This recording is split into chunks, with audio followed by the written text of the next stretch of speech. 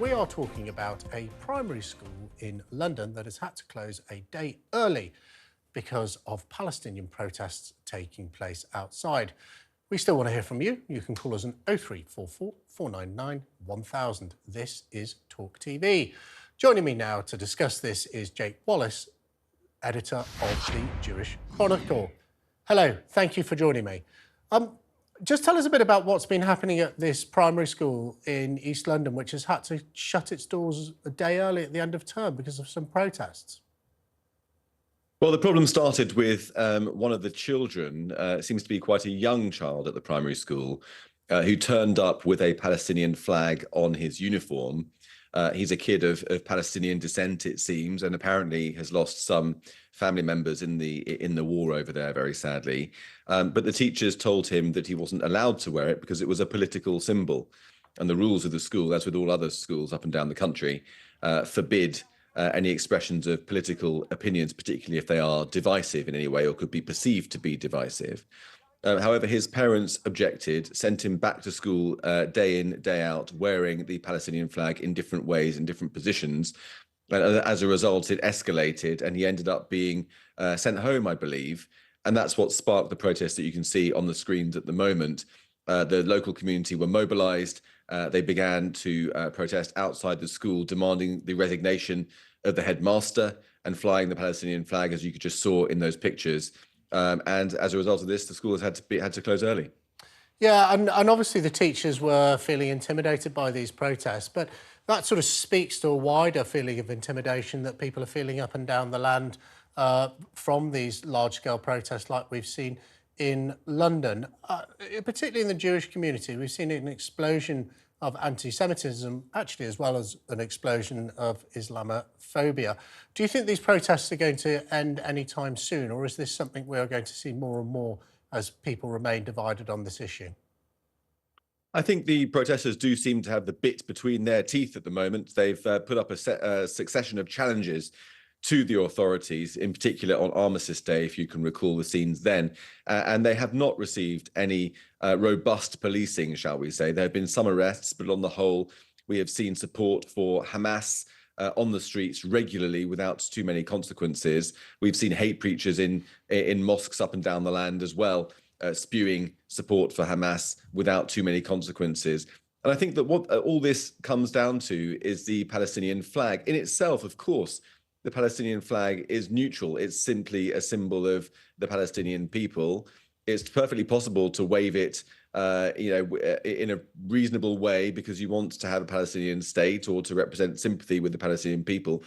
But sometimes it can take on a problematic or sinister connotation. I mean, if you think back to the day after the atrocities in southern Israel, before the killing had stopped, actually, on October the 8th, that's when the protests began. So before any kind of Israeli response, the protests were beginning. And it's difficult to say that they were protesting against any Israeli aggression because there hadn't been any. They seemed to be in favor of those actions by Hamas, and the Palestinian flag was being flown in that context. And that really set the tone for a lot of the protests that, although not everybody on them, of course, supports Hamas by any stretch of the imagination, there's been a hardcore that has been doing so. And the sight of tens of thousands of people flying those flags and looking for opportunities to protest outside schools. I mean, the parents could simply not have sent him in with a Palestinian flag because it is a political symbol, but they chose to make an issue out of it and mount this protest. This does feel like a campaign of intimidation all over the country. And I think that ordinary people have had enough, and Jews certainly had enough quite a long time ago. Jake, I saw actually in the newspapers that someone was holding up a From the River to the Sea poster outside that school, and we've seen those on the protest. I mean, that is an inherently anti-Semitic symbol calling for the murder of the Jewish people in Israel. Does that make you deeply uncomfortable that people would carry that sort of poster to a school protest? I mean, it makes me feel uncomfortable, but then it adds to the sense of constant discomfort that one has at the moment because these protests are happening with such regularity. And that slogan, from the river to the sea, Palestine will be free, is so ubiquitous.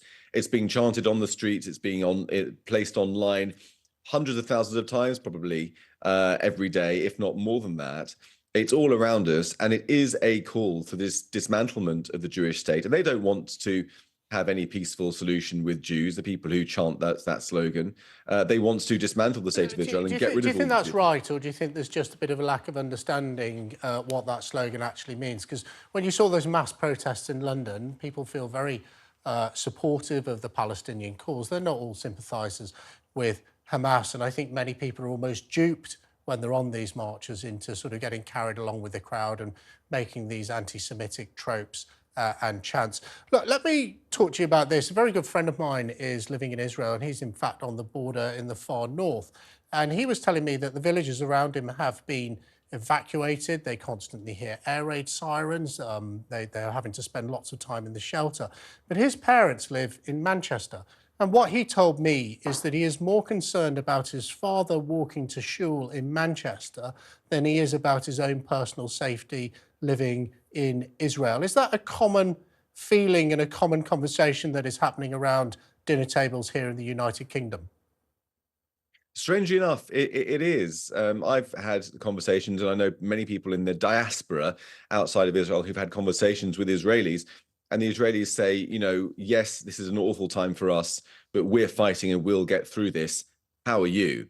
Because it seems to them, as it seems to many of us, as if society here in the West is really beginning to become under a concerted campaign to dismantle its very foundations and its very principles. And the Jewish people are first in the firing line of this. I mean, we see, to go back to the protests again, when those big protests were happening in London, they weren't just chanting against Jews and against Israel. They were also attacking the Union flag. They were attacking the statues and monuments to our war heroes, to our dead, and to our leaders such as Winston Churchill. So it's part of a broader sense of animosity towards Western liberal values, of which the Jewish people seem to be the most vivid expression at the moment. And just to loop back to your point about from the river to the sea, you're absolutely right that a lot of people chanting that have no idea really what it means. In fact, there was some reporting that asked people if they knew which river and which sea they were talking about, and one person thought that one of them was the Caribbean.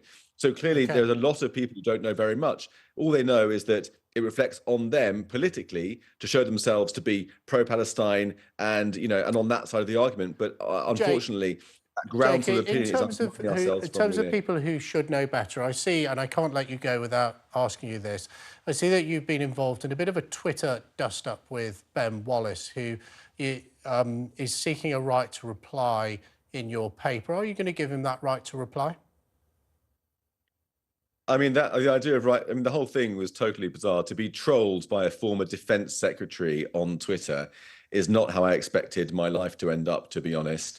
Okay. And just to be clear, it's not about a right of reply. If somebody writes an opinion column, which Colonel Richard Kemp wrote for us, criticizing Ben Wallis for his outrageous comments about Israel, accusing it of being engaged in some killing rage, I think it was. So Richard Kemp wrote a column in our paper. And also accusing it of war crimes and engaging in collective punishment. So, thank you, Jake Wallace-Simons. It's been fantastic. Let me just clarify. Not under any obligation to offer him a column, we did suggest that if he wanted to give us a right of reply to a news story that we did, and he declined. So we're playing by the rules, and he's behaving like a child. Okay, Jake Wallace-Simons, thank you so much for joining us and bringing a bit of light to that argument on Twitter, which has certainly generated a bit of heat.